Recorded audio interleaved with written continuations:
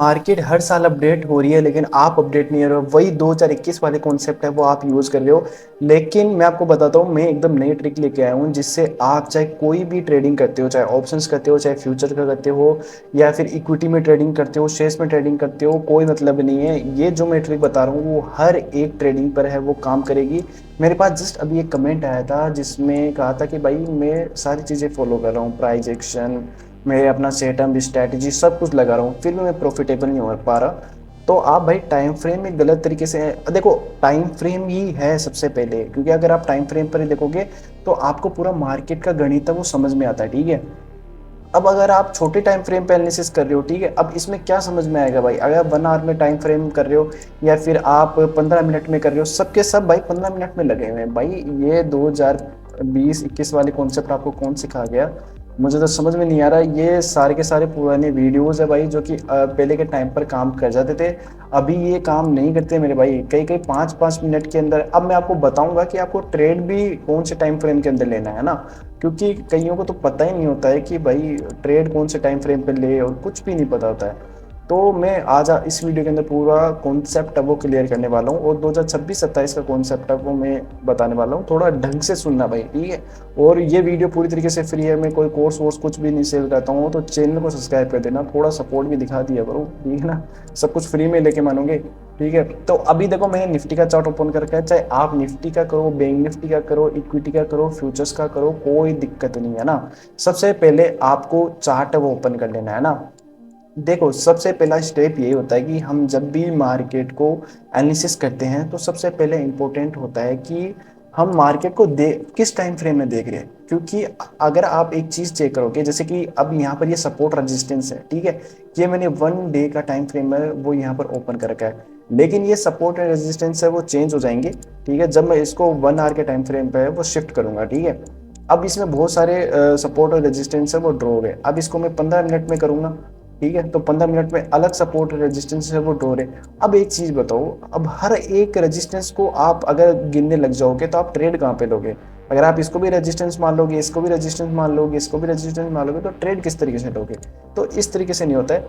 आप चाहे ऑप्शंस कर रहे हो, इक्विटी कर रहे हो, सबसे पहले आपको जाना है 1 वीक के अंदर। हेल्पिंग भी कर रहे हो ना तो भी आपको 1 वीक का टाइम फ्रेम है वो ओपन करना ही करना है। चाहे आप इक्विटी कर रहे हो, चाहे ऑप्शंस कर रहे हो, चाहे कुछ भी कर रहे हो, आपको 1 आवर का टाइम 1 वीक का टाइम फ्रेम है उसको यूज करना ही करना है, ठीक है। इससे आपको एक चीज़ क्लियर होगी कि अब जैसे कि अब मैं आपको एक एग्जांपल देता हूँ। यहाँ से हमें एक चीज़ क्लियर हो रही है कि यहाँ से उसके बाद में है तो अप ट्रेंड है वो स्टार्ट हो गया, ठीक है। और यहाँ से अगर हम बात करें, देखो अगर यहाँ से अगर हम बात करें तो अब यहाँ से हमें पता चल रहा है कि यहाँ से हमें डाउन ट्रेंड का थोड़ा सा पता चल रहा है। अब अगर आप वीक का अगर आप निकालते हो ना तो इससे आपको एक आइडिया होता है कि हाँ अगर इस तरीके से प्राइजेक्शन बन रहा है तो इस हफ्ते है वो मार्केट है वो किस तरीके से रिएक्ट कर सकता है, ये देखना जरूरी है ना। आप 2026-27 में जी रहे हो, 2021-22 में नहीं जी रहे हो। वो जो कि आप 15 मिनट में टाइम फ्रेम है वो यूज कर लेते हैं और वो चल जाता था। देखो जितना कम टाइम फ्रेम में आप चीज़ों को एनालिसिस करोगे ना उतने गलती होने के चांसेस ज़्यादा है, ठीक है। अब यहाँ पर 1 वीक के टाइम फ्रेम के बाद में आपको आ जाना है 1 डे के टाइम फ्रेम पे। 1 डे के टाइम फ्रेम पर आपको दो सपोर्ट और रेजिस्टेंस ड्रॉ करने हैं। केवल एक ही सपोर्ट रेजिस्टेंस ड्रॉ करना है और एक ही रेजिस्टेंस है वो आपको ड्रॉ करना है। अब मैं ऐसा क्यों कह रहा हूँ, क्योंकि आपको एक स्ट्रॉन्ग, देखो रेजिस्टेंस सपोर्ट बहुत सारे होते हैं ना। अब जैसे कि ये भी एक सपोर्ट है, ये भी एक सपोर्ट है, लेकिन एक सपोर्ट ऐसा होता है जो कि बहुत ही ज़्यादा स्ट्रॉन्ग होता है, मतलब वहां से तो मार्केट फटेगा ही फटेगा, ऐसा कहते हैं ना। और एक ऐसा रेजिस्टेंस होता है जहां से मार्केट है वो गिरेगा गिरेगा। इससे बहुत सारे रेजिस्टेंस होते हैं, जैसे कि एक ये रेजिस्टेंस है ना, जैसे कि यहाँ पर जैसे इसने यहाँ पर फॉल किया, फिर ये दोबारा आया तो यहाँ पर फॉल किया, तो आपको एक सपोर्ट और एक रेजिस्टेंस है वो यहाँ पर है वो ड्रॉ करने हैं। केवल एक सपोर्ट और रेजिस्टेंस की बात कर रहा हूँ मैं, ठीक है। तो उसके बाद में आपको क्या करना है, 1 मिनट, हाँ। तो आपने 1 डे के टाइम फ्रेम में एक सपोर्ट और रेजिस्टेंस है वो ड्रॉ कर दिया, तो उसके बाद में आपको क्या करना है, आपको आना है 1 आवर के टाइम फ्रेम पर, ठीक है। 1 आवर के टाइम फ्रेम पर आपको देखना है कि इसके अंदर है वो आप सपोर्ट रेजिस्टेंस है वो ड्रॉ कर सकते हो। सबसे बढ़िया है, चाहे आप इक्विटी के अंदर करते हो चाहे कुछ भी करते हो, आप इसके अंदर सपोर्ट रेजिस्टेंस है वो ड्रॉ कर सकते हो, ठीक है। बहुत ही अच्छी तरीके से इसके अंदर सपोर्ट रेजिस्टेंस ड्रॉ होता है। और अगर आप इक्विटी करते हो या फिर ऑप्शंस करते हो, कुछ भी करते हो, तो फिर आपको जाना है 1 आवर के टाइम फ्रेम पर। अब देखो मैं आपको एक चीज़ बताता हूँ, आप चाहे इक्विटी कर रहे हो, ऑप्शंस कर रहे हो, फ्यूचर्स कर रहे हो, आपको इसी तरीका, इसी कॉन्सेप्ट का है वो यूज़ करना है। इसके आप चाहे स्कैल्पिंग कर रहे हो, आपको इसी तरीके से है वो आपको एनालिसिस करना है चार्ट को, ठीक है। और इसी टाइम फ्रेम का है जो मैंने बताया, चाहे आप स्कैल्पिंग कर रहे हो, स्कैल्पिंग में क्या होता है कि आपको एकदम 1 मिनट का टाइम फ्रेम है वो आप चूज़ करते हो, ठीक है, ऐसा ही होता है ना।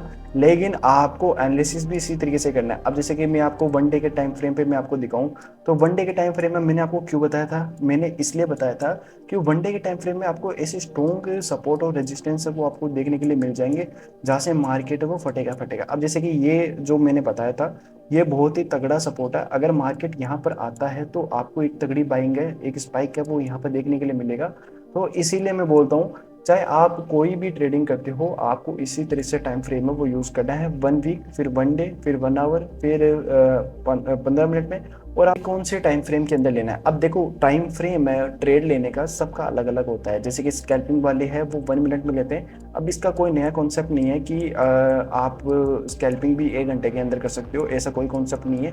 आपको स्कैल्पिंग तो 1 मिनट के अंदर ही करनी पड़ेगी। और अगर आप ऑप्शन सेलिंग करते हो तो आप मैं रिकमेंड करूंगा कि आप ऑप्शन सेलिंग है वो 5 मिनट में नहीं 15 मिनट में करो, है ना। ऑप्शन सेलर वालों को तो मैं यही कहूँगा कि 15 मिनट में करो। और आप जैसे कि स्विंग ट्रेडिंग करते हो, स्विंग ट्रेडिंग में 1 आवर का टाइम फ्रेम है वो यूज़ करो। और जैसे कि ट्रेड लेने के लिए बोल रहा हूँ मैं, एनालिसिस तो आपको वैसे ही करना है, ट्रेड लेने के लिए बोल रहा हूँ। और जैसे कि आपको कोई 1 आवर के टाइम फ्रेम में और 1 डे के टाइम फ्रेम में है वो आप स्विंग ट्रेडिंग है उसके अंदर है वो ट्रेड ले सकते हो, ठीक है। इस तरीके से आप ट्रेडिंग टाइम फ्रेम में इस तरीके से यूज़ कर सकते हो। मिलते हैं नेक्स्ट वीडियो के लिए, तभी के लिए टाटा बाय बाय।